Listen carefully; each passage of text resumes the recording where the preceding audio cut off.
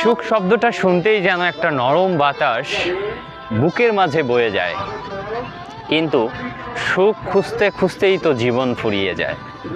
কেউ ভাবে সুখ হচ্ছে শুধু টাকায়, আবার কেউ ভাবে একটা সুন্দর সম্পর্ক, আবার কেউ ভাবে নিরিবিলি একটা জীবনই যথেষ্ট।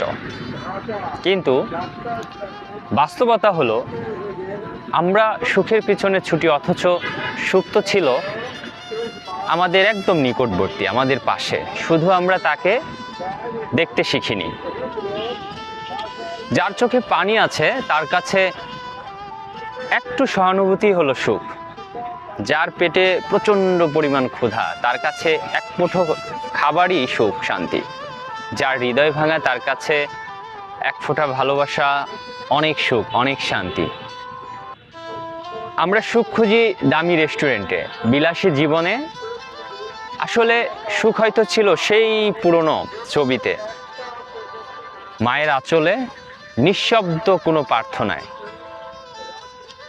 আসলে সুখ খুঁজবেন না, আপনি নিজেই হন কারো জীবনে এক টুকরো সুখ, তাহলেই একদিন বুঝবেন সুখ খুঁজতে হয় না, সেটা ভালোবাসায় সে নিজেই ধরা দেয়।